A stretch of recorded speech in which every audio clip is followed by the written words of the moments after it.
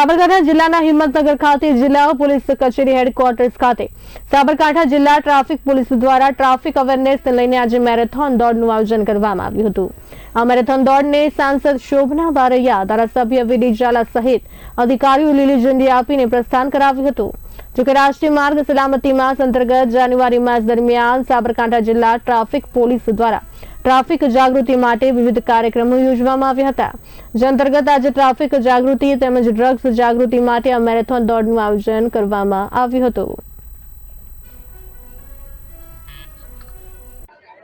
આજરોજ સાબરકાંઠા જિલ્લા police headquarter ખાતે ટ્રાફિક અવેરનેસ મંથ નિમિત્તે ટ્રાફિક જાગૃતિ અને ડ્રગ્સ જાગૃતિની થીમને ધ્યાનમાં રાખી એક રનનું આયોજન કરવામાં આવેલું હતું।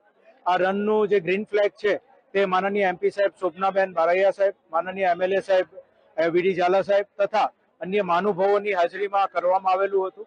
અને આની અંદર સાબરકાંઠા જિલ્લાના હિંમતનગર શહેરના બહોળી સંખ્યામાં લોકો જે છે એ જોડાયા હતા।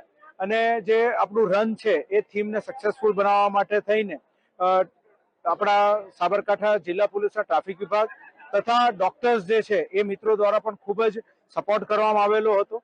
અમારી સાબરકાંઠા જિલ્લાના તમામ નાગરિકોને એ જ વિનંતી છે, ડ્રગ્સથી દૂર રહો, ટ્રાફિકોના નિયમોનું પાલન કરો અને પોલીસને વધુ સારી કામગીરી કરવા માટે સાથ સહકાર આપતા રહો। સાહેબ, કેટલા કિલોમીટરની દોડ હતી? કેટલા જોડાયા હતા લોકો?